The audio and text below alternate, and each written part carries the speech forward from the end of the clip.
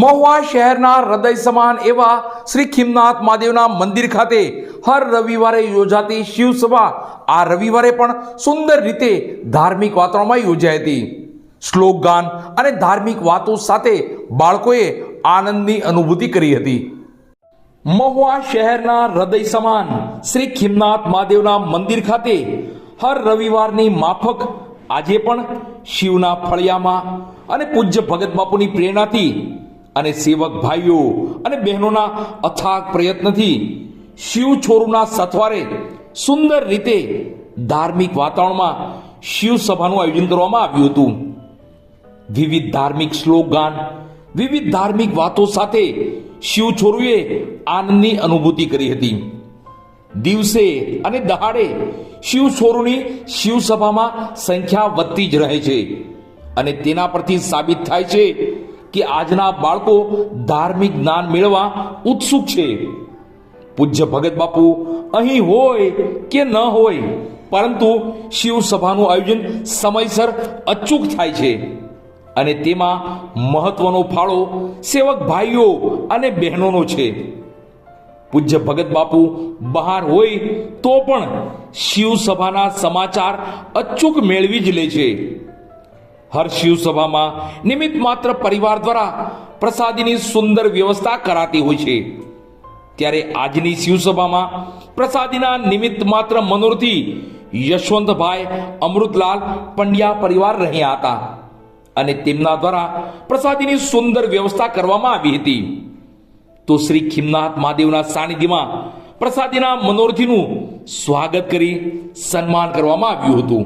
આપણા દાદા એવા છે અને આજના આપણા દાતા છે શ્રી યશવંતભાઈ અમૃતલાલ પંડ્યા પરિવાર તરફથી આજને આપણને ખૂબ સુંદર પ્રસાદની વ્યવસ્થા મળી છે અને ખીમનાથ દાદાના ચરણોમાં પ્રાર્થના કે એમના પરિવારની ભક્તિ અને સુખ શાંતિ સમૃદ્ધિ આવે, સદાય ખીમનાથ દાદાને એમના પર કૃપા વરસતી રહે અને આપણને આવી જ રીતે સહયોગ આપતા રહે એવી ખીમનાથ દાદાના ચરણોમાં પ્રાર્થના.